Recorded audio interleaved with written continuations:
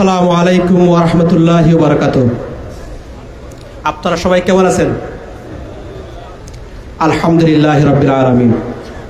সম্মানিত সুধীমণ্ডলী, ঐতিহ্যবাহী কুমারগাঁও যুব সংঘ কর্তৃক আয়োজিত গুরুজনদের সম্বর্ধনা অনুষ্ঠানের মধ্যমণি, উপস্থিত সম্মানিত অতিথিবৃন্দ, উপস্থিত আমার সামনে অত্র এলাকার তরুণ, যুবক এবং মুরব্বিয়ান একরাম, আপনাদের সবাইকে রাসূলের শিক্ষানুবর্ষ জানাচ্ছি সালাম। আসসালামু আলাইকুম ওয়া রাহমাতুল্লাহি ওয়া বারাকাতুহু।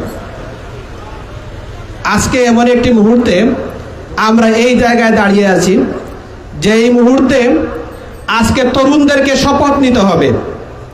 এই ৫৬,০০০ বর্গ মাইলের আমাদের এই স্বাধীনতাকে নিয়ে, আমার বাংলাদেশকে নিয়ে স্বপ্ন যেটা দেখেছি আমরা, সেই স্বপ্নকে বুলন্ডিত করার জন্য সকলের নজর পড়েছে।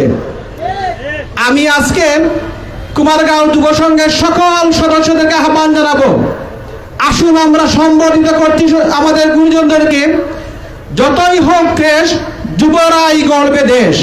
সেই স্লোগানকে সামনে রেখে আপনাদেরকে শপথ নিতে হবে।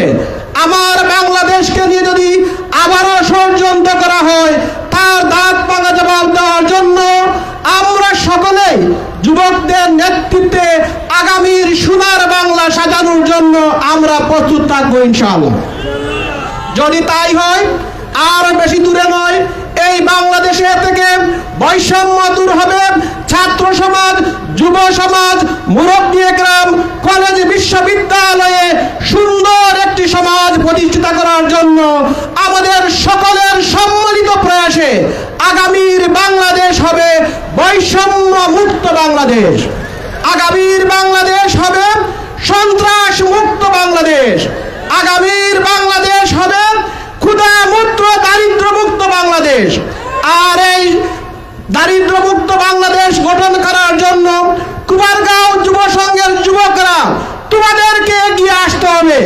এই আশাবাদ ব্যক্ত রেখে আমাকে সুযোগ দেওয়ার জন্য আপনাদের প্রতি কৃতজ্ঞতা প্রকাশ করে আমার কথা শেষ করছি। আসসালামু আলাইকুম ওয়া রাহমাতুল্লাহি ওয়া বারাকাতুহু।